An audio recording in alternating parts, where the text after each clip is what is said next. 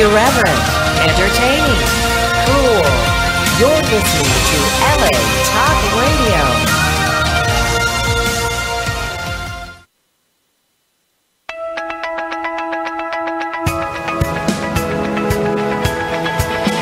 You're listening to Peace Fund Radio with Ethan Dettenmaier and Adrian Paul, right here on LA Talk Radio. Good morning. Good morning.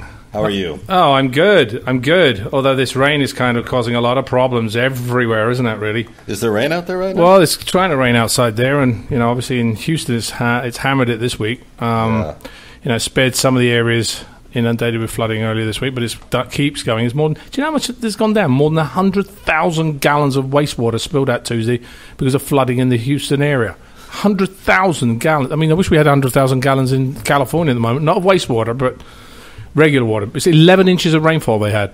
Wow, that's fantastic. Yeah, but I don't know if fantastic is the right thing, because, I mean, they've had a lot of flooding. Fantastic, not necessarily fantastic good, but just when you think about that, a foot. And here we've got a massive drought in India. There's several deaths due to heat stroke. Yeah. I mean, the world is doing a weird thing at the moment. And I actually have a father on my kid's soccer team who tells me global warming isn't a reality. Yes. There's no such thing as climate change. Well, this situation in Houston, they had a record surge of 44 feet, went down the Blanca River late on Sunday, demolishing homes and businesses in Hays County. It's the previous record for that river was 32 feet, recorded in 1926. So There is something happening in the world, it sounds like, and it's not going to let up. There's potential heavy rains again coming this weekend. It's looking at like it's paralyzing roadways and stranding drivers. There've been more than 500 water rescues. How many water rescues? 500. 500 water rescues so far. Yep. At least 19 deaths across Texas and Oklahoma Terrible. Because of the storms. Another 14 people remain missing on Wednesday. The forecasters, meanwhile, warn that more storms could roll through the South Plains through the end of the week, which is fabulous because I'm actually flying there today. Yeah, where are you going? I'm going to Dallas. I'm going to open a hospital. Well, that's not impressive. me personally open a hospital, but support the opening of a hospital, which is going to be opened by one of our board members, Dr. Raymond King, who's also a lawyer. But Dr. Raymond King has an amazing record for humanitarian aid, and he has been a doctor for many years, but he's been a lawyer ever since he stopped practicing physical doctoring or the medical profession after the Oklahoma City bombing, because he was there. And now he's opening up a clinic is much more fair. It's cash only, basically. No insurance companies are getting involved. It's going to tick off a lot of people because they're going to offer good health care in the Dallas area. And I'll be tweeting more about that later on about this. But that's where I'm going, this afternoon. Well, that's exciting, and that sounds like a brilliant opportunity, something brilliant to be part of. What's the situation with it? People can... No insurance, you said? Well, that's what they're not taking. Basically, the idea is that the prices are going to be so low that it's not going to... Because what happens is when you go in for a medical, you're not paying the real amount. They inflate it 3 times at least so they can put it to the insurance companies, because the insurance companies then deduct your certain things out of it and give you, a third of what you've got. So basically, they come down to a regular price. So in actual fact, if it costs you $3,000, it's actually really only going to cost you $1,000. Yeah, human trafficking. Yeah, in a sense, yeah. And that's why in talking to different people, the whole thing about the medical profession is that the insurance companies are all behind it. They were the ones that lobbied this Obamacare coming through purely and simply because everybody has to have insurance. So they lobbied for this to go through, and now everybody has to have insurance. It doesn't matter what you're doing, and it doesn't matter what care you get, you're going to have to pay insurance. How do you relate the system, the Obamacare system, versus what you grew up with in England? Well, it is different in a sense. I mean, I think they're trying to go towards socialized medicine. Socialized medicine in the United Kingdom is, it's free medicine for everybody. And it does come with its prices. I mean, you go into hospital, you have to, there's a long waiting list sometimes. You get into a private hospital, which you have to pay for. Then you get slightly better care in some cases, but there are a lot of great hospitals in England and great doctors that are on the national health. The national health pays for its.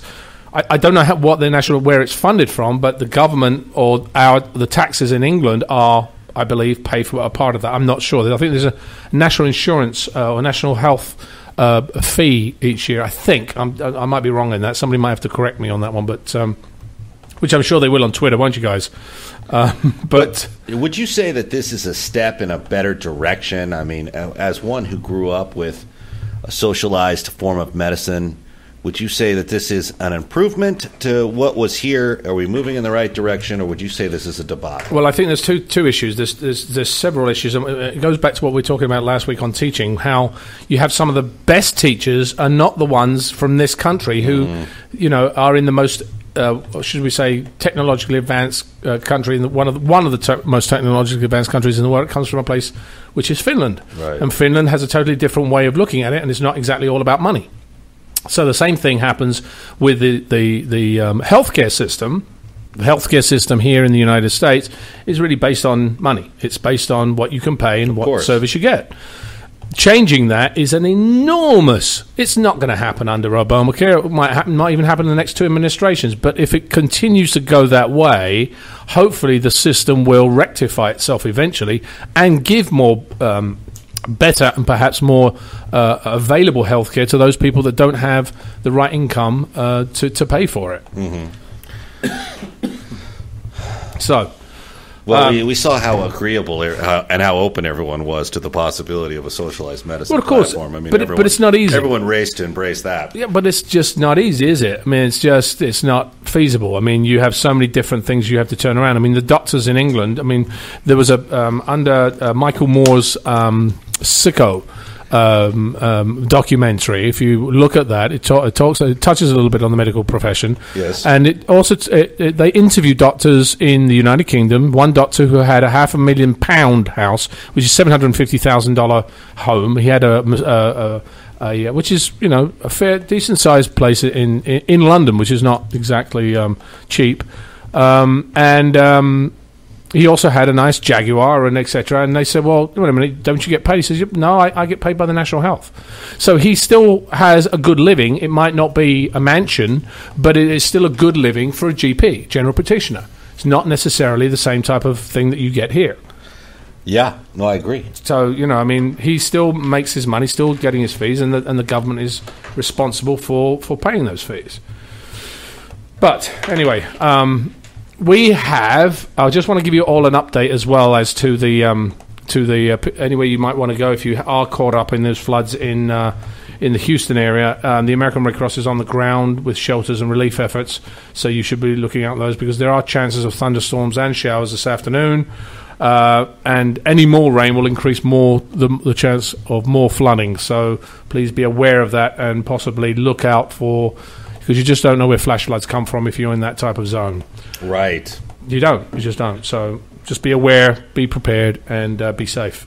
So we're going to continue this morning on children living with vision and hearing disabilities, which is children with disabilities. Because, I mean, raising kids is not easy, right, Ethan? I mean, I don't know about you, but I've got two kids now, and I'm juggling. The past 3 or 4 years has been a real juggle. It is one of those challenges, my friend, as you know. Yeah, but, one of my partners has a child who is physically impaired at the moment. When he came out, the umbilical cord was tied around his neck. I've heard of that happening. Yeah, and it stops some of the blood flow to the brain, and, it has caused him some issues now that they're trying to rectify, but it's a long road because he's not speaking. His motor functions aren't working. They have to really go in and try and get it. He will never be 100% probably, but hopefully there is a chance for him to really sort of blossom out of this. But the way people, and it's not only this country, it's even I've seen it in Hungary. How people react to a child who has a disability.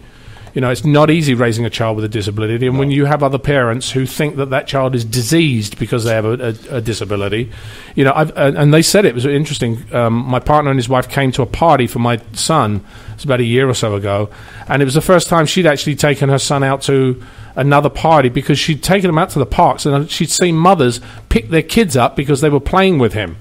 Literally picking him up, not wanting to play because they thought, oh, well, this kid is something wrong with this kid, so I don't want my kid near him.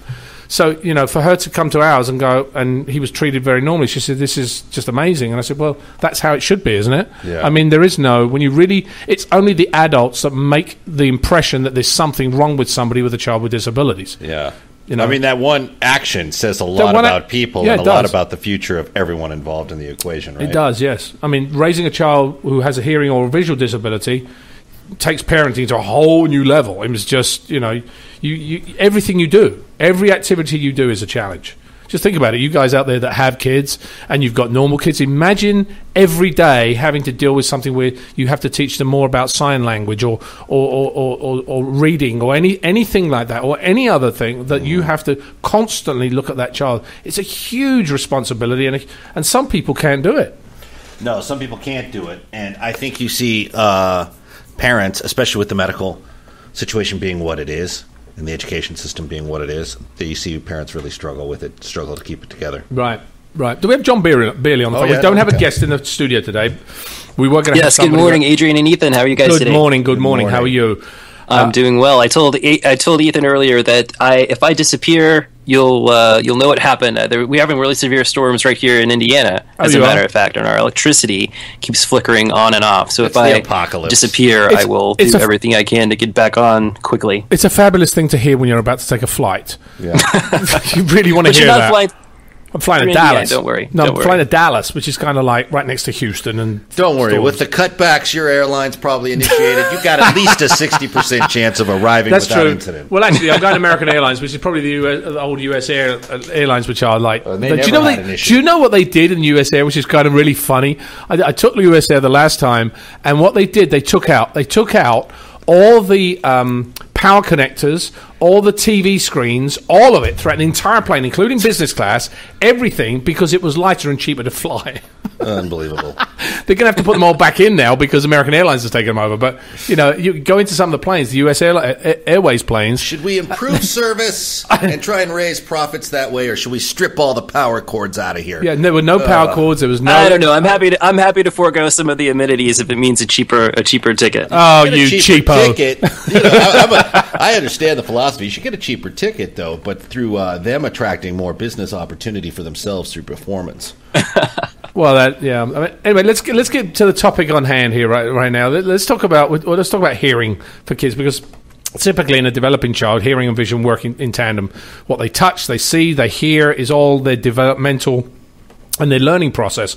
When that is decreased or absent, hearing just doesn't replace vision. It provides information, but vision isn't available to confirm much of what is heard. When the kid has some hearing loss, its ability to, or his or her ability to develop speech, language, and social skills decreases. And the earlier children with hearing loss start getting, some sort of attention, the more likely they are to reach their full potential. Now, the human brain, its acumen for language in the first 6 years of life and the first 3 years are the most critical. Now, I've spoken this before about talking to a child in another language, because the capacity a child has in the early years is so much greater, and every year after 5 or 6 years old, it decreases. The ability for them to learn like that decreases. So between, 3 years, first 3 years, and then the next 3 years is critical in a child's learning. Researchers concluded that children born with hearing loss who are identified and given the appropriate intervention before 6 months of age demonstrated significantly better speech and reading comprehension than children identified after only 6 months of age. So it's always very important for when you have a kid to make sure you have that tested. Mm-hmm. Have your kid's ears tested. Now, hearing loss. Some little facts here. It's most common congenital anomaly found in newborns, and yet not all newborns are routinely tested for it. I always thought they were, but they're not. Approximately 3 million children in the US have a hearing loss, and 1.3 million of them are under the age of 3. 1.3 million. Over 90% of deaf children are born to hearing parents. 15% of children between the ages of 6 and 19 have a measurable hearing loss in at least one ear. A mild hearing loss can cause a child to miss as much as 50% of classroom discussion. Now, the interesting thing is it's so important, parents. I have a friend of mine who's going through this. She's a single parent. She's just recently been divorced. She's actually working hard to raise her kid, but the kid believes he's stupid. He believes he's not smart enough. He believes he can't, because the problem is that, you know, her mom is dealing with all these other things, and sometimes she doesn't have the time for him, so he doesn't want to learn in school, and he thinks, and now he's beginning to fail. And if he fails at this age, he's around 8 or 9 years old. If he starts failing here and dropping out, when he's 15, 16 years old, it's going to be massive repercussions, because he's going to turn to something else. Yeah. So learning is so important, and it's important for the parents, even though it's a nuisance, even though it takes time, even though it's your responsibility. You brought the child into the world. You're responsible for that human life. You have to go out there and bring them up, sorry, I didn't mean to say, but bring them up in a way that gives them a chance in this world, because our population is growing enormously with the medical advances and all the other things. People are not getting as many jobs. We've talked about that before in the educational system. So to give them a chance, at least when they're in the first 10, 12 years of their lives, is extremely important. So kids with hearing losses, or that have a noise-induced hearing loss, it's even more of a challenge. So just think about that. Just think about it. One of the reasons, I don't know, did you ever give your kids, loud music when they were children? I mean, I remember going to concerts and stuff that you just couldn't hear it. Not really that loud. Loud within reason, I guess. What about you, John? Yeah, I've been to many concerts in my time, and I probably listened to music more loudly in my youth than I should have. I'm a lot more aware of it now, and try to take it much easier on my ears now. There's a lot of hearing loss in some of my older family, so I'm sort of kind of keeping that in mind these days for sure. Well, you know what? A lot of noise, whether it's bangs, crashes, sirens, any of that stuff. When you hear a siren, cover your child's ears, because the way noise-induced hearing loss is caused is by damage to the hair cells that are found in the inner ear. Now, these hair cells are actually small sensory cells that convert sounds that we hear, which is sound energy, into electrical signals that travel to the brain. Once those hair cells are damaged, they're not going to grow back, which can cause permanent hearing loss. So if you have your kids out there, and you have your kids with headphones and all that stuff, make sure they have a noise reduction headphones for children, because children's ears are much more sensitive than they are after the age of 20. Do you know, all of you, that children that are below, I believe it's 20, 25 years old, can hear things much better than you can, not because they've got greater ability, but because we lose the ability to hear certain things as we get older. And especially after, there are certain, even stores, we talked about this before, that stores actually put in subliminal messages in certain sounds to bring kids in that adults can't hear.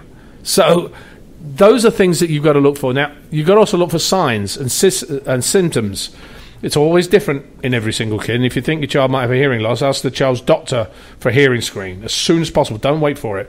In babies, it's the simple things. What did you do? Did you have your child have a hearing test when she was born? Yeah, she did. She had a hearing test. She's had a few. During her life, right? Yeah. What about sight and sound? Did you take her for regular? Mm-hmm. Good on you, because I think that's important. We do yearly physicals. We get all that checked out. Yeah. Because babies are very important. You don't if a child has some sort of hearing loss, they're not startled. Babies are not startled at loud noises, and they don't turn to the source of a sound after 6 months of age. If your child's not saying a single word like mama or papa by the age of 1, then there's something you should have checked out. And that's a sign in babies for hearing loss. Speeches in babies is you can hear it when the speech is delayed or the speech is not clear. They don't follow directions. It's sometimes mistaken for not paying attention or ignoring, but it could be the result of a partial or complete hearing loss. Or if your child is always saying, huh, it might mean that they're not hearing correctly. Other major thing, volume on your TV. Turn it down a few decibels. Very important, because kids sit in front of a TV much than we actually want them to.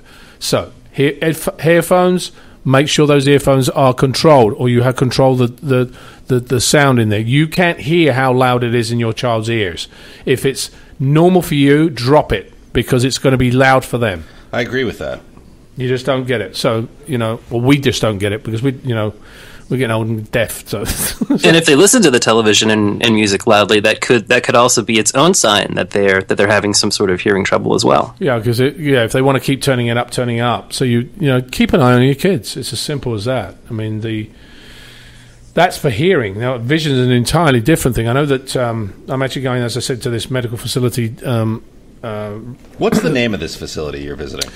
Why should I tell you that? Why should I even tell you that? Well, I didn't realize it was classified. I mean, I just figured, if you're going to create a facility like this with this kind of opportunity, well, you'd want people to know. I'm not creating it. It's a ribbon cutting procedure, and it's as I said in Dallas. I've got to get the name of the facility as well. But it's going to be tomorrow, which is. Well, when you do know the name, because you're a busy guy, shoot it to us so we can announce this place's arrival. Yes, I will do. I mean, I'm just literally looking at. There's going to be a lot of people there, but it's. I'm just trying to find the actual name of it because I tend to say yes to certain things and then forget about them and then move on to something else. And then when the day arrives, I go, oh, where is it? I'm going. Where is it? Where is it? It's actually a surgical center. It's it's called the Destiny Surgical Center. It's very ambitious. Destiny Surgical Center. Yeah, I think it's the interesting thing is, and in talking to them, they had to have their doctors screened, and some doctors said, "Well, what do you screen? I'm the best surgeon, or I'm the best ear throat person," and they screened them, and these people failed. They failed the human interaction because a lot of these surgeons that don't know how to talk to people, and that's one of the most important things of healing. I deal with that all the time. Don't you think? I mean, that's. I almost killed a guy in an emergency room once. Almost put my fist right through his throat. It was a horrible experience. When my wife was having his heart attack, or her heart attack, there was going to be a homicide in there because they just weren't paying attention. Well, they were trying to get me to sign multiple, billing statements and releases when she was in a lot of pain, and it was not one form or a package of forms. It was, sir, you got to sign this, and you got to sign this. Sir, you need to sign this too. Sir, you got to sign this. And I thought this was at the end of her life. Mm. This was one of the hardest moments, if not the second hardest. I remember moment. That was. I remember that. And I was just saying in my mind, please don't let her die here. And I mean, this is the second hardest day of my life. The hardest being when my daughter's life was almost taken by a dog.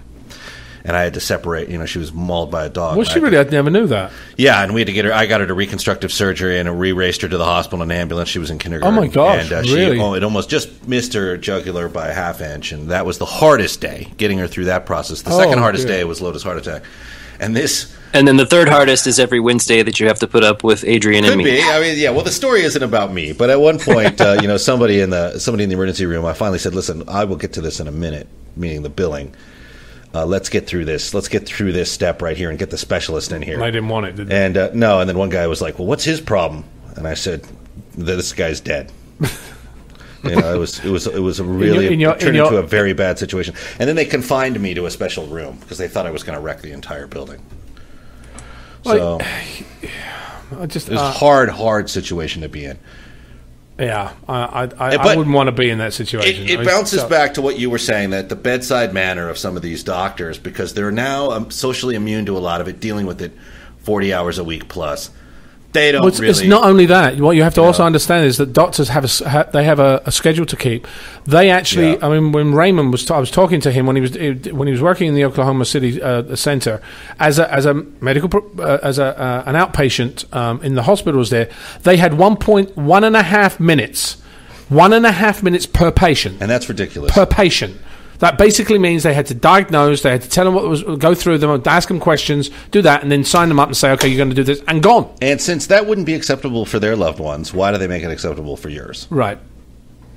It's just the whole thing, the whole hypocrisy of it all. I mean, I can go on and on about this, and that's not what the show's about, but yeah, I've had moments exactly that where I can't believe what's come out of a physician's mouth in my presence. Well, I mean, God bless them that they're doing that job, and sometimes they get a little bit anesthetized to the profession. I mean, I've watched my friends. I have friends that are, doctors, and I've watched them, deal with somebody having their hands sliced open, and the way they dealt with it is entirely different than the way I would deal with it. Yep. So, I mean, you've got to give it to them that they are much more clinical and calmer in those situations than we would be, and therefore sometimes it comes off as not caring. Mm-hmm. But then it gets to a point when I think in some doctors, they're doing it, this is their profession, this is their job, they're going to do it, and it doesn't matter what they're going to tell the patient. Basically, they've got the job to do, and then, so there's your issue as patient-doctor relationship, which goes down and it's been proven that a patient that is informed with stuff, that knows with the doctor, that is happy, and will heal quicker. It's very simple. If you're really worried about it, and your brain actually, you have to understand what the brain does. The brain is an electrical, it produces electrical charges. For us to lift our finger is an electrical impulse that comes from our brain to tell our nerves, to tell our muscles to move that finger, which basically means we're creating a thought to move our finger. I mean, It's an unconscious thought. Amazing, isn't it? And when you think about it, so think about all the bad thoughts and all the worry and all that stuff, what that is doing to your body on a daily basis. So if you're in hospital and you're worried, you're stressed out, you're not going to heal as quickly because your body's not in the right space for it. That's probably correct, too. So I have no reason to doubt that. Let's go back. Let's get to vision in children right now, because we're talking about doctors. We're talking. A lot of children take their children for regular checkups to the pediatrician and dentist. How many parents don't realise that they should have regular eye exams, even if a child doesn't wear eyeglasses? Because eye problems are very common in children. We've had some of our heroes of the week, John, that have come on that actually have spoken about not learning in school and not saying that they have eye problems, and the reason they're failing in school is because they can't see. Yep, that was Yash Gupta, whose website is sightlearning.com, and he has donated over $1 million worth of glasses to children across the United States, in Honduras, Mexico, and India through his organization after learning that, these numbers kill me, there are 100 million people around the world who need glasses, an additional 700 million who need glasses but can't afford them. And of those 700 million people who need them and can't afford them, 13 million of those are school-age children who are unable to learn because they simply can't see the lessons that they're trying to absorb. And that is so Yash's organization, sightlearning.com, is working every day to get glasses to those children. Plus, he also has vision clinics in those other countries as well. That is heartbreaking. Can you imagine going through life as a young person with blurry vision? Oh, yeah. Oh, no, but just, I go through life now with blurry vision. I'm going to change that soon. But now you have the sensibilities and the wherewithal to do something about it. But can you imagine living in poverty and not being able to have clear vision and all the things that go with that? No, it's just not. In the United States, there are 59,341 children that are legally blind. Jeez. Blind. Nearly 1 out of 4 American kids between the ages of 3 to 16 wear eyeglasses. 90% of children who need glasses don't have them. That's the staggering. I mean, when we had Raymond King in here, he's part of Vision for Life, which is what they do is they take free a van around to different schools in different areas. Very impressive. Which is fantastic because it's Echelon Vision for Life, and he's part of that organization, and they are actually, and he came on and talked about how so many children and parents that were not in the poverty areas did not have the ability to take kids for eye exams, so they would give them an eye exam and give them a free pair of glasses. Glasses cost money. Yeah, I mean, it's. I went into a store the other day because I wanted to get a new pair of glasses because mine are dying. Although I might not need them sooner or later, but I'm going to go for LASIK, whatever surgery. Anyway, we'll get into that later on. But I went in there and I'm like, okay, these glasses are how much? They're like, okay, these are $300. These glasses, okay, you could probably pick up glasses for about $100. Right, but then the prescription in them, if they're one type of prescription, it costs you another $150 to $200. If it's your far and near sight, that's double it. So now you're talking about $500 for one pair of eyeglasses. That's on the cheap side. On the regular side, you're $700 or $800 for one pair of eyeglasses. That you'll probably lose, or that a kid will break probably within 30 days. Or do what I do, which is leave them on the top of the car. Yeah. Everyone's done that. I did that with a pair of sunglasses. That's why I buy $5 gas station sunglasses. No, but that's the other problem. We buy things in the gas stations that the lenses are not correct. They actually damage our eyes. That I believe. Did you know? You know that, right? Those of you that go and buy these cheap sunglasses at the gas station for $10, the lens for your kids and for yourselves, those lenses in them are actually bad for your eyes because they're not stopping any of the UV rays or any of the light coming in. It's just dulling it, so you don't understand your retina is actually getting burnt. So be very careful of that stuff. Yeah, be careful on that. So this effort to bring this truck around, that's a privately funded through like fundraising and from their own organizations. Yeah, they have this. So it's we'll put that. Do you remember the actual? We'll get it later on in the show and put it on our website as well regarding that, because I think it's very important with vision with kids with vision impairment. Kids Vision for Life. That's the name. Yes. .org. Kids Vision for Life. That was it. Which was founded by Patrick Esqueré. He's French, founder of the La Madeleine restaurant. So I might even see him tomorrow. They launched it in 2008 with the Essilor Vision Foundation. It's a Dallas-based 501c3 public charity, which the Kids Vision for Life spun off from Essilor and has applied for its own 501c3 status. And that's what they do. They reveal the critical relationship between uncorrected vision problems and the academic underachievement. So they want to bridge that gap between the child's inability to see well and the child's inability to read and learn capacity. Now, we're talking about eyes. Let's talk about another organisation which I think is a fantastic organisation. I've actually gone to their the fundraiser last year. I think it was the Starkey Hearing Foundation. A friend of mine also supports it. Another well-known actor, Lou Ferrigno. I was hoping to get him on the show at some point to talk about it, but he's got a busy schedule. So, but Starkey Hearing Foundation, which is www.starkeyhearingfoundation.org.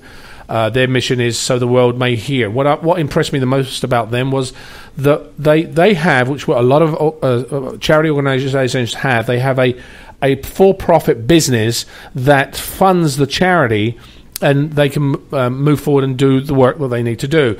The business owner of the Starkey Hearing Foundation, a gentleman that I think was given a lot of things by chance in his life, decided not to just have the good life, but decided to go out there and help kids in different countries to actually be fitted with hearing aids so that they could hear.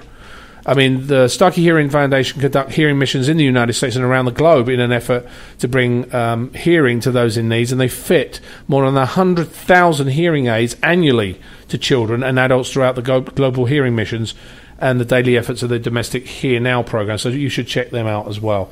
John, I'm going to give it to you because I know we're going to be talking about a special Hero of the Week this week. Yes, this is I love all of these stories. This week's Peace Fund Radio Hero of the Week segment begins with not one, but 6 Heroes of the Week. Cassandra Baquero, Grecia Cano, Jacquelyne Garcia Torres, Kayleen Gonzalez, Kayleen Gonzalez, and Janessa Leija. Last year, when the girls were middle schoolers at Resaca Middle School in Los Fresnos, Texas, they became one of 8 teams across the United States to win the Verizon Innovative App Challenge by inventing Hello Navi, an app that acts as a guide for visually impaired students. They were inspired by this week's 7th Hero of the Week, their visually impaired classmate Andres Salas, and encouraged by this week's 8th Hero of the Week, their science teacher, Mrs. Maggie Bolado. And Mrs. Bolado is going to join us on the show today, live from her classroom, to tell us how the girls did it. And Ethan, I just sent you over the number. Yeah, hey, I got it here. Yeah, we're gonna call her now. We're 5 minutes late from calling her, Mrs. Maggie Bolado. All right, so I'm going to try this. Let's see what we get. Very interesting. we actually have later. We're not going directly to them. We're actually going through the classroom, guys. This is going to be something we're going out through the school. Oh, that makes it even better. Yeah, we have to be transferred to Mrs. Bolado's class. Yes. Let's see if she's. Let's see if she's there.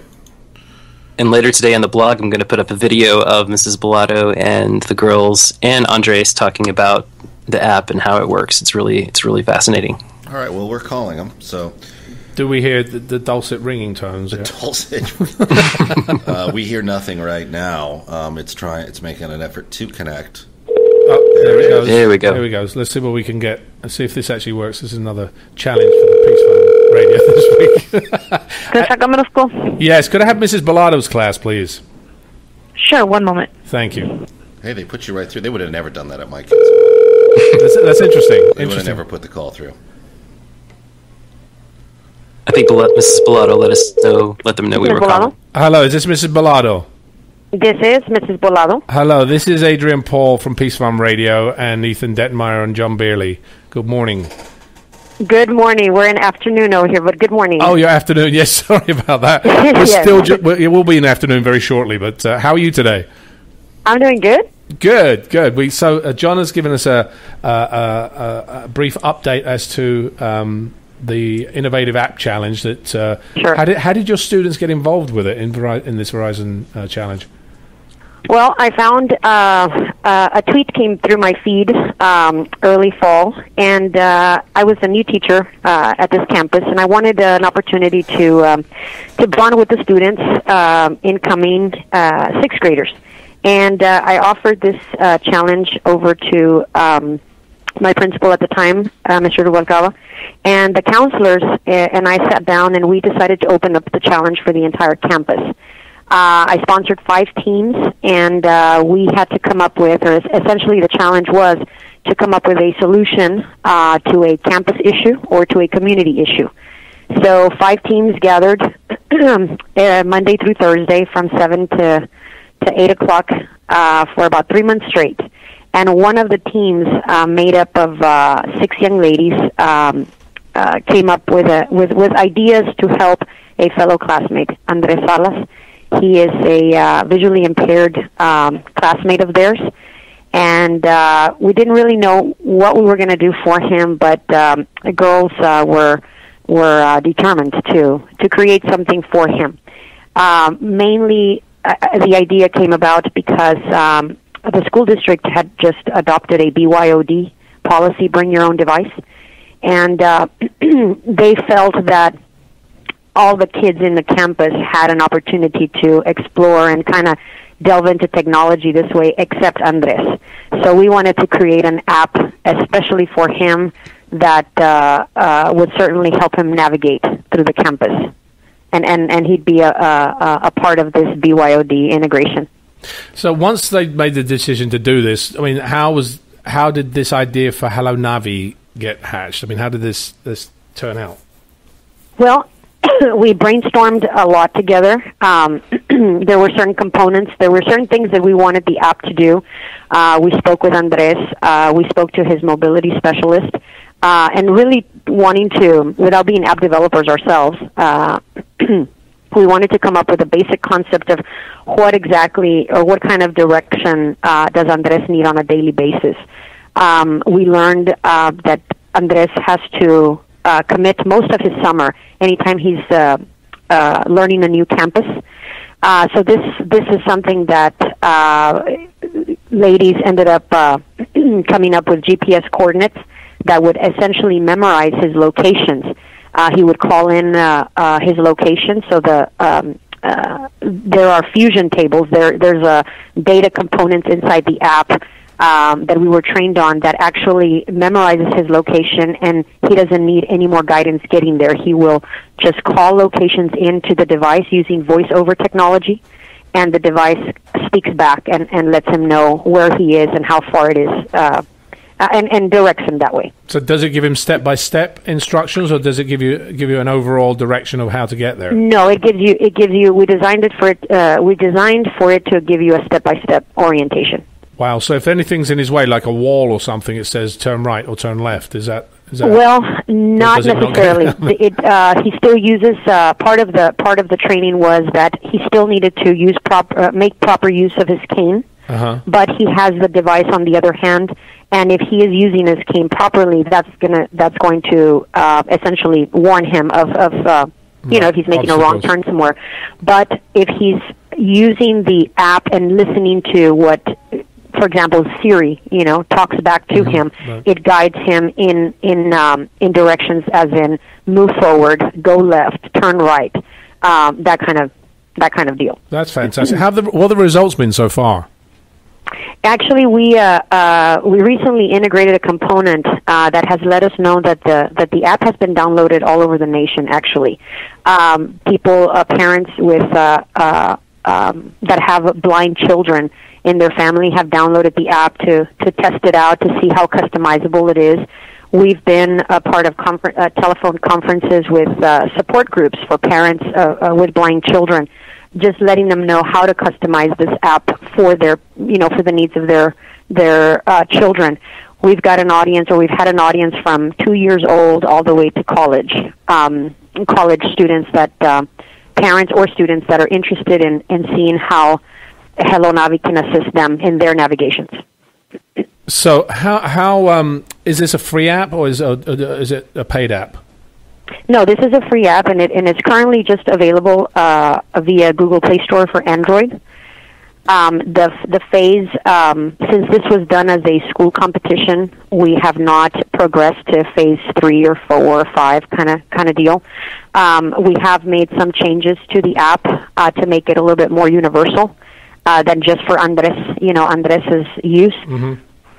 So far the response has been great. We continue to receive emails through the web developer account via Google Play Store, just asking us, is this something that you feel my child can use, and can you customize it this way, or how can we code it to fit the pre-K center that he assists, that he is enrolled in. So it has been very well received all over the nation. So I have another question for you. If it goes into a much bigger app, who owns the rights to it? Is it you or Verizon? We do. The young ladies own the rights to the exclusive rights to this app, and we are featured in the Google Play Store as a production from Resaca Middle School in Los Fresnos, Texas. So that's Cassandra, Caitlin, and Janessa. Is that correct? Actually, it's 6 ladies. Cassandra, Caitlin, and Janessa were 3 ladies that were invited to the White House National Science Fair. Right. But 6 ladies were make up the team, and that's Kayleen Gonzalez, Grecia Cano, Jackie Torres, and then Janessa, Caitlin, and Cassie. Well, I think this is a fantastic way to teach. To create something from nothing. I think it was a brilliant idea. I think it's so good, and all power to you as well, because I always say a lot of our kids' heroes of the week, it's the parents or the teachers or somebody behind them that really pushes them to do it. So I think it's fantastic that you've done this. Thank you. And I think it's all power to them. I mean, I think there's going to be step 1, step 2, step 3. There's going to be more steps for you, because this app sounds like it could be a worldwide app that it could be developed into. We're in the process of speaking to a company out of California that has shown interest in buying the app from the ladies, buying the exclusive rights, so as to integrate to a much larger platform that assists blind navigation. So that is actually quite an honor for myself, for the campus, for the young ladies, everyone involved actually in this journey. Very, it's a high honor to be able to be at this stage of product development and app development that we had never otherwise dreamed about. So, as a teacher, I'm going to ask you one last thing, because I'm going to have to pop off, because this show runs so quickly. Sure. As a teacher, what advice can you give to all the kids who are listening out there to a show today? What advice would you give them? The advice that I would give teachers out there is not to wait for the children. What would you give the children if they want to do something? What would you give them? Children should be allowed to soar with whatever they are interested in, they're motivated about. This actually teaches a lesson across the ages, actually, across the grade levels, that if you see a need for something, you really don't have to wait for someone else to create it for you. There are ways for you to engage in product creativity as young as 6th grade, as young as 5th grade. This is something that is not reserved for the elite. This is not something that's reserved for the wealthy. This is something that is, at your fingertips. The very minute that you decide that something is wrong or a problem needs to be solved, it is actually in your fingertips. There are ways to build something either by yourself or belonging to a team. Thank you so much for joining us today, Mrs. Thank Bolado. you. Thank you. And all success, and I hope this goes extremely well, which I think it will do. And congratulations to all the children that were involved in this. Thank you so much for the opportunity, sir. Thank you. Take care. All righty. Thank you. Bye-bye. Bye-bye. See, there you go. Out of nothing, an app. And it's also, eventually I think not only will it help people, it will be profitable for those kids. And who knows what they'll do with the money. They might start their own eye clinic or something. You never know. So, it has a great... John, what else do you have for us this morning? Because we are now 3 minutes left in the show, and this show has flown past this morning, probably because I talked too much. Yes, we have something really, really special. If you liked what you heard on the show today, you can help us make a difference by supporting Peace Fund Radio on our Peace Fund Radio supporter wall at thepeacefund.org. You can buy a square on the wall to upload your photo, and donations of $250 or more will get you a dedication right here on the show. And we have a very special dedication this week, initiated by our very own Beverly Shahara on behalf of all of us at the Peace Fund and Peace Fund Radio. And in celebration of his birthday this Friday, this week's episode is dedicated to our founder and hero, Adrian Paul. Oh, thank you, guys. Is it your birthday Friday? Yeah, it's my birthday Friday. I'm 26. Was it last year we were sitting in that mafia-owned Chinese joint having your birthday? Sounds really... Has that already... Which month? I know it's in May. I just didn't realize. Yeah, it's May. It's coming out very quickly. I took you to lunch, remember? If you go to peacefund.org, you can look at the supporter wall and see the birthday cake photo there for Adrian's birthday. You can also text a donation to Peace Fund, one word, by text that to 88588. And of course, check out our website, thepeacefund.org. Follow us on Facebook and Twitter, The Peace Fund and Peace Fund Radio. And follow our hosts, Adrian at Adrian Paul 1 and Ethan at Combat Radio. Thank you. Well, there's one other thing I want to say also. If you want to dedicate one of those squares for the Peace Fund Radio wall to somebody, we'll give them a shout out on the radio as well. It's somebody's birthday, somebody's done something great. Now, the one good thing I'd like to leave people with this week is really think of something that is not for yourself this week. Do something for somebody else, whether it's pick up a box for somebody that's moving into a house or open the door for somebody. Try and do that once a day this week. Try and help somebody else out, and it's not for your own gain. It has nothing to do with you. It's just doing an act of kindness to somebody. That's what this week's Peace Fund Radio thing is. Do an act of kindness for somebody else this week, once a day.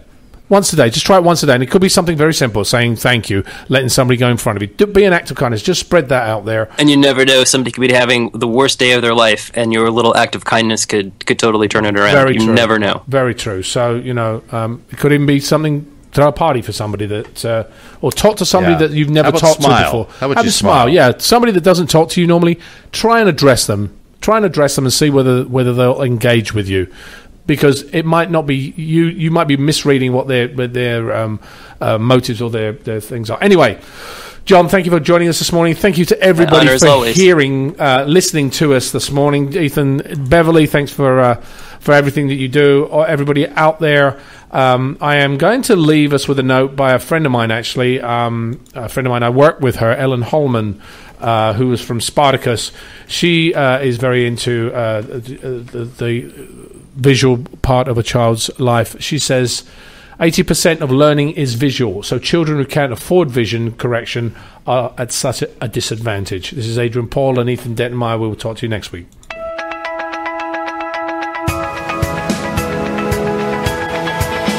You're listening to Peace Fund Radio with Ethan Dettenmaier and Adrian Paul, right here on LA Talk Radio.